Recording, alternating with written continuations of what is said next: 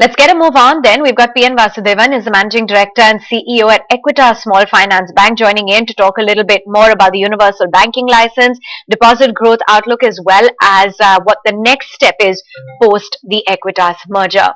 Thank you so much for taking time out. Now, given that the merger is done away with, what is going to be the next step and how quickly are you looking to obtain the universal banking license? Good morning. So the merger was a requirement to be completed by us as per our licensing licensing conditions, because the promoter was supposed to dilute the stake to 40% at the end of 5 years. But our promoter, which is a holding company, was at 75% after 5 years. So the merger was a critical step that we had to complete from a compliance perspective. And thankfully now that's behind us. It's come done and dusted and behind us now. So we will be in touch with RBI, and whenever RBI permits us to apply for the universal bank license, then we shall be doing so. And the merger also has brought in an additional net worth of around 325 crores to the bank, which has helped the bank to take its capital adequacy to around 24%. Okay, fair enough. And given the fact that, Mr. Vasudevan, your stock since the merger has gone up about 40%, do you think you were unfairly valued, or is it just the merger overhang is now complete? Oh, I really have no idea how the market works. So I don't think I'll be able to answer that. Just wanted to move away from that and talk about your credit growth guidance as well. 25%. And you're one of the few banks who managed to grow your deposits faster than your loans in Q3. Will your goal be to continue to grow deposits faster than credit? Yeah, so we have guided a credit growth of around 25% plus for the year, and we were at 27% growth as of 9 months into December. So I think we are fairly in line to clock that 25% plus for the full year by March.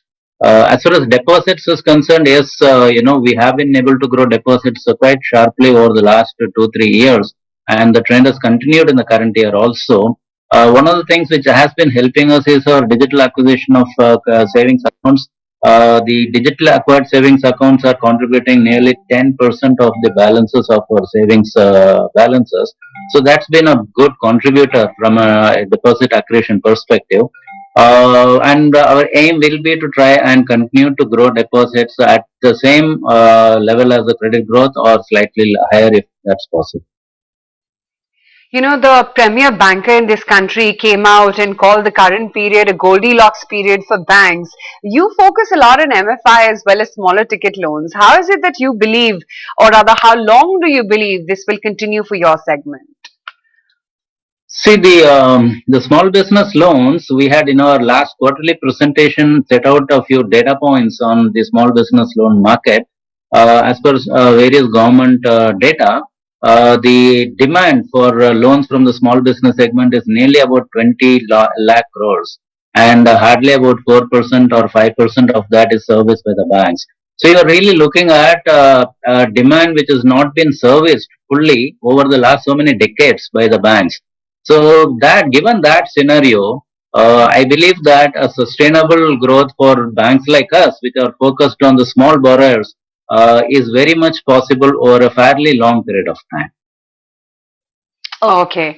Also, you know, when we spoke in January of this year, you had suggested that your current account within CASA looked weak and that you were looking to focus on that, given that you're focused on small business loans. Any change on that front? Yeah, current account continues to remain a strong focus for us, and it was low at around 4% of our CASA balance, and our effort is to try and increase it to at least some 7.5 to 8% in the medium term. And the fact we have now rolled out a overdraft product for the small business customers, where there is a current account underlying, and the transactions flow through the current account. So we are really hoping that there will be some improvement in the current account balances because of these initiatives. Okay. What's the risk of the loans that you're disbursing right now? Because I understand it is granular and small businesses which depend on it, but they are also the ones who will face problems first in case of a downturn. Yeah. So actually, the customers to whom we finance are the people who are selling daily use products and services.